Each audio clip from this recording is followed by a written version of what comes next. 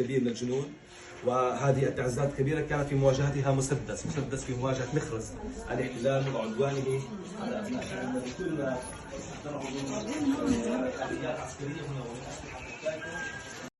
ابعدوا هيك يا شباب. يا اخوان يلا على البوابة، وسع على البوابة. استنى خلوهم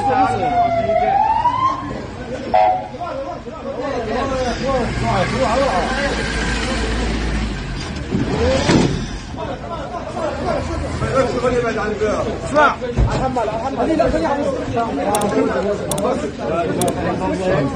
محمد